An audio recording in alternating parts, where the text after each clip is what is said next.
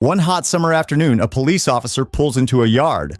The police officer then gets out of the car and asks an old gentleman, "Who owns the property?"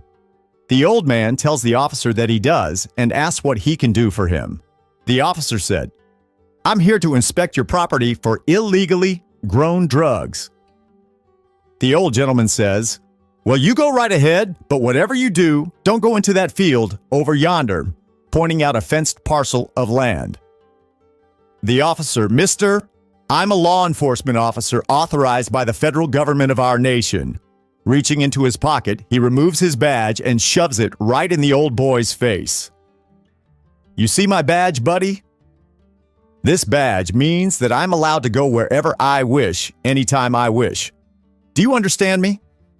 No questions asked. The old gentleman nodded his head politely, softly apologized, and went about his chores. A short time later, the old gentleman heard someone screaming in absolute terror coming from where he'd told the officer not to go.